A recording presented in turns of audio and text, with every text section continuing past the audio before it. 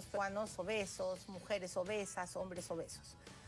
Le vamos a dar la bienvenida. ¿Cómo está, doctor? Buenos días, Milagros. Muy bien, gracias por la oportunidad de estar acá y poder hablar de este tema que es, creo que, de salud pública hoy en día, porque la obesidad es una enfermedad y hace muchos años es considerada como tal, y creo que es importante estos espacios para poder concientizar a la gente y hacerla buscar un tratamiento lejos de estigmatizar a esta enfermedad como algo asociado a la falta de voluntad o un mal estilo de vida necesariamente, ¿no? Muy bien dicho, doctor Poggi. ¿Cuándo consideramos que una persona es gorda o subida de peso y cuándo la consideramos obesa? Bueno, creo que todos somos conscientes del momento en el que pasamos la raya y estamos un poco subidos de peso, pero la manera más objetiva que utilizamos hoy en día para medir eso es lo que se llama el índice de masa corporal, que cualquiera lo puede calcular en la casa. Y esta es la relación matemática entre el peso del paciente en kilos dividido entre su talla al cuadrado. Es todo un número. Entonces, de 18, ¿cómo es? el peso del paciente entre su talla al cuadrado. O sea, por ejemplo, yo que no tengo sobrepeso ni obesidad, peso más o menos 79 kilos y mido 1,80 m, lo que me da un número de 24 y un poco más, lo cual está dentro del rango normal. El rango normal es de 18 a 25. Ajá. Una vez que se pasa el 25 se habla de sobrepeso y de 30 hacia arriba se habla de obesidad. Ok. Entonces, y esta medida no es tan exacta, pero es un buen termómetro para saber uno realmente en qué extremo está.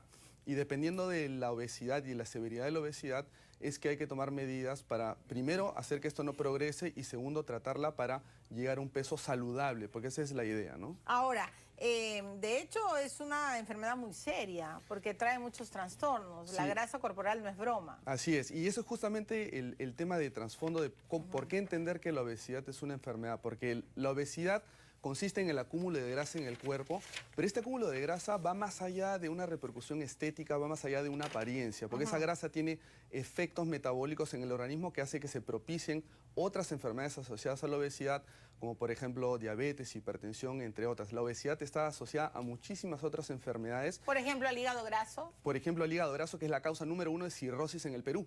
Entonces, el gran problema de la obesidad es que como no se concibe como enfermedad, muchas personas tienen la idea... La dejan pasar. La dejan pasar, ya haré dieta, ya bajaré de peso, y la enfermedad sigue su curso, porque nadie en el transcurso del tiempo, sin ordenarse y sin tomar medidas, baja de peso. Lo único de lo que el organismo sabe hacer es simplemente empezar a ganar peso con el pasar del tiempo. ¿Y qué pasa con una persona que hace dieta todo el día y nunca baja? Es exactamente otra de las razones por las cuales tenemos que entender que esta condición es una enfermedad, ¿no? Que es una enfermedad, una condición que impide el funcionamiento normal del organismo, y no todas las personas son obesas por la misma causa. De ahí la importancia de que un paciente sea evaluado por un equipo de especialistas que tratan... ¿Por un gastroenterólogo? Por un médico que trata la obesidad, que como especialidad, así como tal, en nuestro país no existe, pero los endocrinólogos son muchas veces los llamados a ser los primeros en evaluar a estos pacientes, para primero descartar causas endocrinológicas que puedan estar asociadas a este sobrepeso o obesidad y dar un tratamiento. Pero el tratamiento tiene que ser enfocado por no solamente un endocrinólogo, sino por un nutricionista y en especial un psicólogo. La depresión, la ansiedad están asociadas a la obesidad, y la obesidad está asociada a la depresión. De alguna manera es un círculo vicioso, y muchas veces hay conductas alimentarias que impiden que el paciente pueda entender el rol que los alimentos tienen en su vida y cómo comer y qué cosa hacer frente a esas situaciones. Entonces, en ese sentido, la primera idea es, cuando un paciente detecta que tiene sobrepeso o obesidad, debe de ir a un médico especialista, muchas veces un médico clínico, o un internista, o un endocrinólogo, para ver qué cosa hacer, y lo ideal es que vayan a un centro que tenga un equipo multidisciplinario bien constituido, que está conformado por el médico clínico, nutricionistas, psicólogas, especialistas del ejercicio y rehabilitación, porque aunque no creas, a veces tenemos pacientes que dicen, yo no puedo hacer ejercicios, me duelen las rodillas. Entonces estos pacientes... Claro, les duele por el peso. Exactamente, ese es un efecto mecánico de la obesidad, ¿no? Okay. Y obviamente también un cirujano como yo, porque hoy en día la cirugía se ha constituido como la terapia por excelencia y la única eficaz a largo plazo que tiene la obesidad. Muy bien, vamos a hablar de cirugías y vamos a hablar de la paciente que está más flaca que, bueno, muchas chicas que conozco en la televisión, muy linda ella. A ver, ella era así. O sea, estamos hablando de Julia Thais. Oh, Dios mío, el antes y después. Ella es Julia, y ahora, ¿cómo está, señorita Carla? Muy guapa siempre, ¿eh? Ahí está Julia. Pero y ahora pon el actual. Muy bien, ahora está así. Hola, Milagros. Hola. ¿Cuánto pesabas? Llegué a pesar hasta 89 kilos y mido 1,56 m. ¡Oh! Ah, no, doctor Poggi, ¿qué es esto? No, vas a tener... ¿Cómo? ¿89 y pesabas? Sí, y, o sea, pesaba 89 y mido 1,56 m. Entonces No. era desproporcionado, ¿no? Totalmente. Bueno, claro, y ahora está re flaca. ¿Usted la operó? Sí, nosotros lo operamos, pero ahí la idea es... ¿Qué le hizo? Le hicimos un bypass gástrico. ¿Qué es bypass gástrico? ¿Es lo mismo que banda gástrica? No, la banda gástrica, vamos a hablar obviamente de las cirugías. La banda gástrica fue la cirugía más hecha en los años 90 y quizás al comienzo de los 2000, que inicialmente se hizo mucho porque era una cirugía sencilla de hacer y que los pacientes además entendían porque no se recortaba ninguna parte del intestino o del tracto intestinal. Entonces, con el pasar del tiempo hemos visto que no es la terapia más efectiva. Hoy en día está totalmente en desuso la banda gástrica. Las cirugías que se hacen actualmente alrededor del mundo más son la manga gástrica y el bypass gástrico. Entonces, la manga gástrica consiste en... Hay una animación que están pasando. Eso, estamos viéndolo acá. Esta es una manga gástrica donde se saca la parte más grande del estómago y se deja el estómago con una forma de manga o tubo. Y esta parte del estómago se corta y se saca del organismo, ¿no? Y esa parte que se saca tiene un efecto metabólico. Y eso es justamente las partes que a veces son difíciles de entender de la obesidad, porque hay una hormona que regula el apetito que al sacar esta parte del estómago hace que el organismo se reordene. O sea, ella ya no tiene hambre. Sí, pero esa es la manga gástrica. Ella tuvo otra cirugía que es el bypass gástrico. Y el bypass gástrico consiste en hacer un pequeño recorte del estómago y hacer llevar un asa intestinal y bypassear el estómago y la primera parte o porción del intestino delgado. Eso es Ese es el bypass gástrico. Sí, ¿Bypasseas el estómago? Bypasseamos el estómago, así es, por eso se llama bypass gástrico. ¿Pero que el alimento ya no va al estómago? El alimento va a un pequeño reservorio de estómago y luego al intestino. Y lo que sucede con esa cirugía es que una serie de hormonas intestinales cambian y hacen que el organismo empiece a funcionar de una mejor manera. Esa es la animación del bypass gástrico, donde se ve ese pequeño reservorio de estómago, se corta un asa intestinal y se bypassea el estómago y se lleva esta asa intestinal hacia este pequeño reservorio. Y eso cambia una serie de metabolismos. ¿Cuáles son los daños colaterales? Primero hablemos de los beneficios. No, primero hablemos de los daños colaterales. Los daños colaterales, digamos, la pregunta que siempre preguntan los pacientes, ¿cuál es el riesgo de mortalidad de tener? El riesgo de tener un problema serio con esta cirugía es más bajo que, por ejemplo, que una cirugía como una histerectomía, es más bajo que un bypass coronario, es más bajo que una prótesis de cadera y es igual y comparable que sacar una vesícula. O sea, es el laparoscópico. Todo es laparoscópico. Pero ¿cómo se llega a eso? Eso no se llega de manera mágica. Se llega basado en una buena evaluación preoperatoria de un paciente y una cirugía realizada en un centro bien adecuado, donde tengamos todo, y obviamente un cirujano que se haya entrenado en esto. O sea, como te digo, esta cirugía del bypass gástrico, actualmente en recientes reportes la han considerado una de las cirugías más difíciles de hacer para un cirujano. Sin embargo, en el centro donde yo me entrené, que me entrené en Estados Unidos, hacíamos 1000 de estas cirugías al año. Entonces se vuelve algo un poco más rutinario y una cirugía bastante segura en ese contexto. De hecho, doctor Poggi, uno tiene que siempre acudir al especialista. Esa es la primera recomendación. Por supuesto. Y no por cuestiones estéticas o qué sé yo, personales, buscar a cualquiera. Así es. ¿Cuánto bajaste de peso? He bajado en total 30 kilos, estoy ahorita en 58 y bueno, ahí pretendo quedarme. ¿Y en cuánto tiempo bajaste los 30 kilos? Aproximadamente en 8 meses, llevo 10 meses de operada.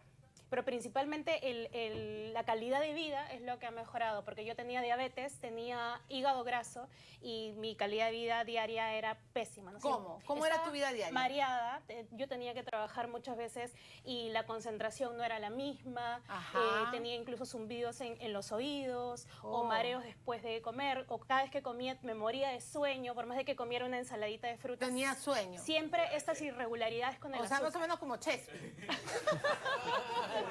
Igualito que Chespi. Mentira, eso es una broma para dilatar la conversación. Pero escúchame, entonces, ¿por qué acudiste, o sea, por qué pensaste en la operación? ¿Fue porque te sentías muy enferma y acudiste al médico o porque te sentías mal física, o sea, cómo te veías físicamente? O sea, creo que son las dos cosas, las dos porque cosas. también yo trabajo como actriz, entonces también en mi cuerpo es una herramienta de trabajo para mí, pero principalmente era porque no era posible que hiciera dietas y no adelgazar, o sea, hacía dietas realmente, consecuentemente, comiendo lo que me decían y adelgazaba 200 gramos, 300 gramos al mes y me di cuenta que estaba enferma. ¿Y por qué, doctor, eso? ¿Por qué ella que hacía dieta no bajaba de peso? Y esa es justamente una de las partes difíciles de entender de la obesidad, porque es es parte de la enfermedad. Y lo que nosotros no controlamos muchas veces es la respuesta del organismo, y eso está asociado a las hormonas intestinales que uno produce y básicamente cómo funciona nuestro cerebro. Y hay genes ya identificados que impiden que los pacientes pierdan peso. Por eso vemos por el otro lado, los que comen de todo siempre y nunca subieron mucho de peso, Exacto. hacen ejercicio, pero vemos lo otro como el caso de Julia. Y justamente cuando nos ponemos a pensar qué tan compleja es la obesidad, de entender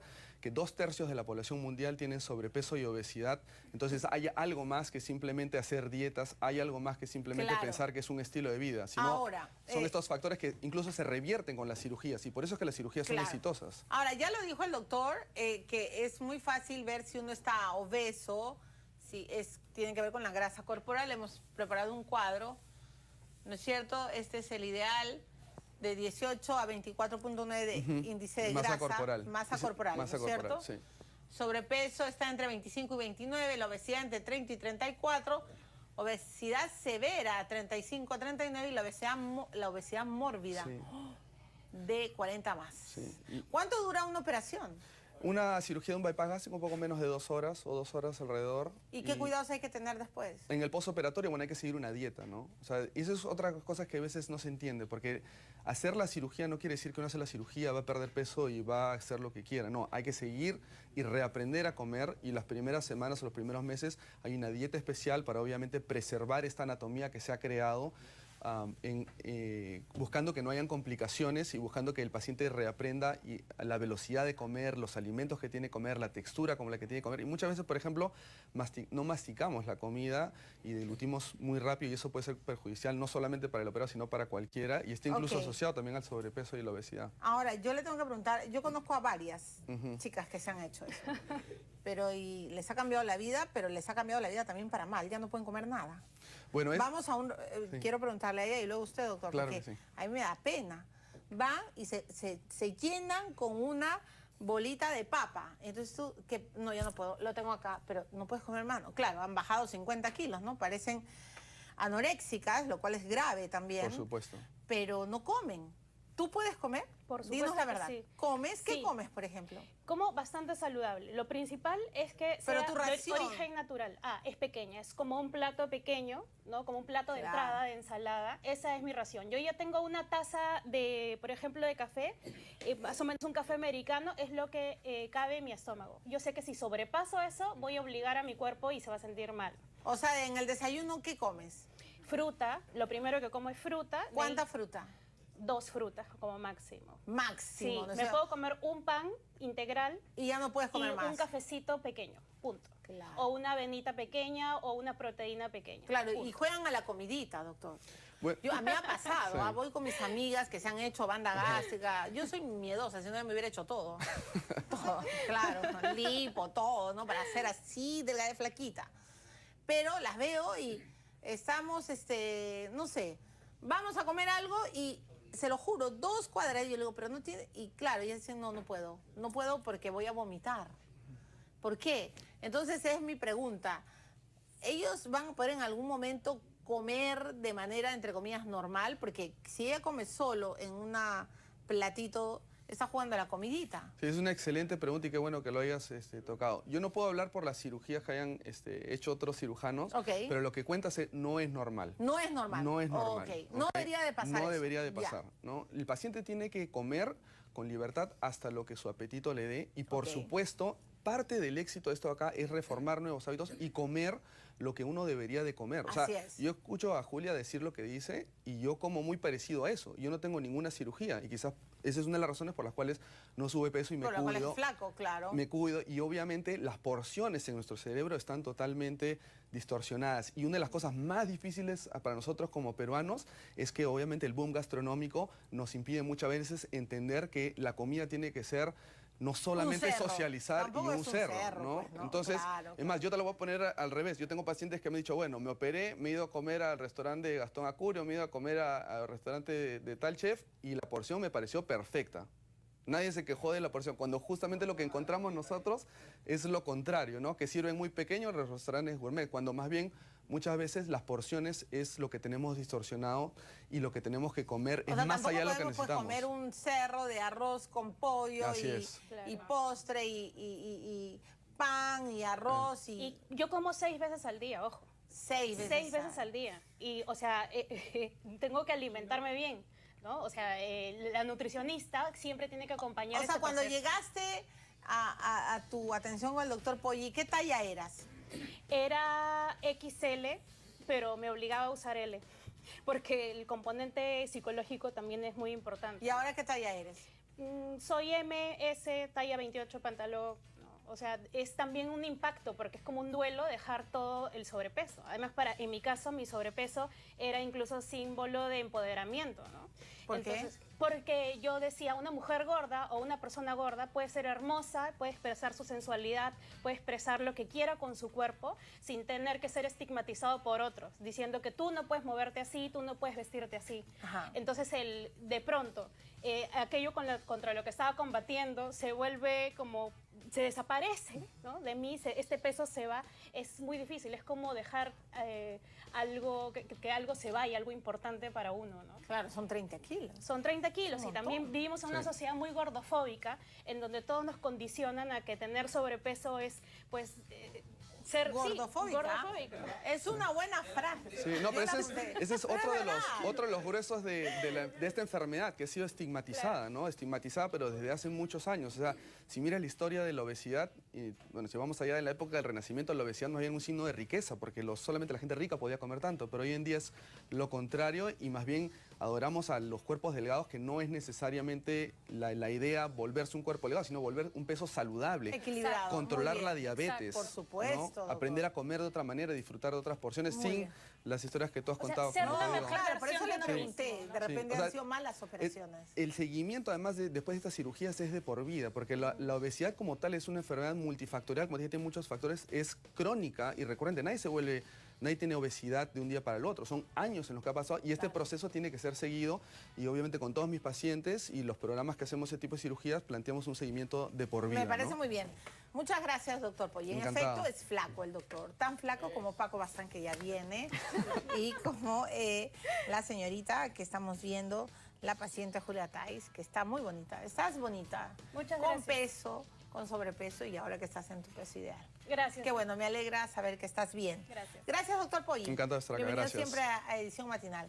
Ya saben, hay soluciones para todos y en los consultorios del noticiero queremos eso, difundir información para que usted sepa bien qué hacer. Pero por favor, cualquier decisión médica que tomen, hagan lo que dice el doctor Polly, busquen a un especialista. No se dejen guiar por la publicidad ni por las propagandas. Vayan donde el que sabe, zapatero sus zapatos. Luego puede ser peor. Y hablando de cirugías, 9:33 de la mañana, lo que van a ver, creo que ni el doctor Polly lo puede creer. En Bulgaria, una joven de 22 años ha sido noticia por someterse a 15 cirugías, 15, para agrandar el tamaño de sus labios. Bueno, peor que sus ideas, La razón estará a la